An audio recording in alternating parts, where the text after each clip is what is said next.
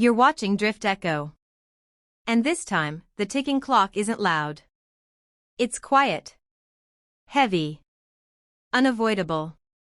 Outlander Season 8 doesn't begin with an explosion. It begins with awareness. A realization that time, the very force that once felt like an impossible miracle, is now narrowing into something finite. For Jamie Fraser and Claire Fraser, survival is no longer the question. They've endured Culloden, imprisonment, separation across centuries, and the chaos of revolution. The final chapter shifts the focus from endurance to decision. Because time is no longer stretching endlessly ahead of them. It's asking for a choice. The past and present begin colliding more directly than ever before. Events that once felt inevitable, historical milestones written in textbooks, now feel intimate. Immediate. Personal. History is no longer background noise. It presses against their lives, demanding action.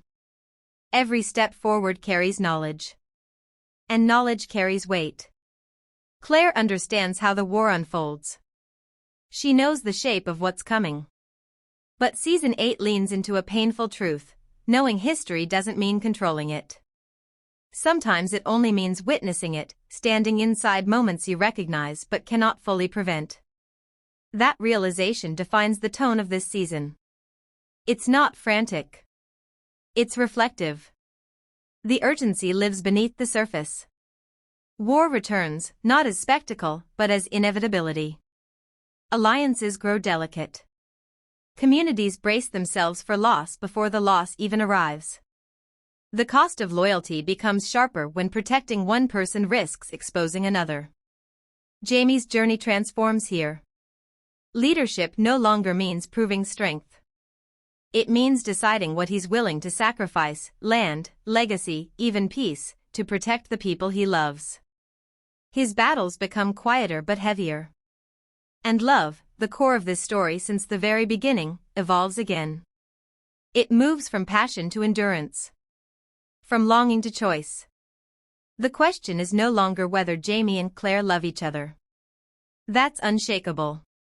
The question becomes how love survives when circumstances refuse to bend. When staying together might mean altering history. When leaving might mean preserving it.